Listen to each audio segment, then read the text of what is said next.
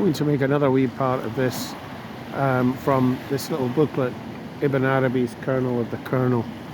He talks about the presence of God in the universe using the analogy of the ocean. So I think this is a very apt place to make this video, even though the sun is starting to set, has set. So he goes on, let us consider a sea. With one overflowing is formed a second sea, and from that overflowing is formed a third sea, and from that a fourth, and thus 4 seas come to be, just as steam becomes water and water becomes ice. Things happen in this way. All that has been explained is a light. Each of these versions, all that has been explained is a light. Each of his versions is a new form, each of God's versions. At the level of the Gnostics, whatever it was before, it is still like that. All the universes that have been explained is an ocean of light, constantly in movement, and consequently always further new revelations appear. Every instant he is in a new configuration. We just remind ourselves of that quote from the Quran in the last video. Wherever you turn, there is the face of God. Every instant he is in a different configuration. According to this, the divine wave comes from the ipseity, God in himself, and returns to the ipseity. Everything came from him and again will return to him. Again he quotes from his holy book, the Quran. All the affairs return to him. God is the light of the earth and the heavens.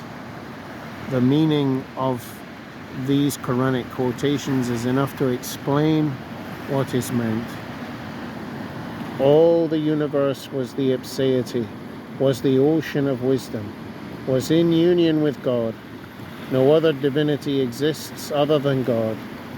Absolute existence is what sort of a sea that constantly creates the mystery of Anal Haq. He repeats hidden and openly at all instants. Anal Haq, I am the truth. One Sufi mystic was executed, crucified even, I think, for saying this in Persia. Anal Haq, I am the truth. He was in a state of ecstasy, bless him. Thus, the waves of the sea are called Ma Siwa, that which is other. The sea is without beginning and without end, and the waves are considered as things that happen afterwards. The being of the first and last belongs to God, and the Ma Siwa, that which is other, which appears, is considered as existing in the being which is absolute, as the waves belong to the ocean, spring from the ocean, are manifestations of the ocean, always appearing in new forms. Every time I come down here, the ocean is different. The ocean is incredibly different day to day, always a slightly different feel to it. All the things that exist become manifested from the absolute ipseity, from God, the absolute.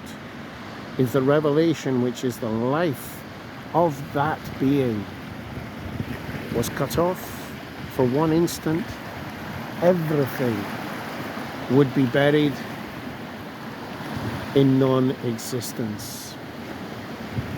As you can see, it's a pretty interesting little book, which you can pick up for only a few quid in the likes of eBay, Amazon.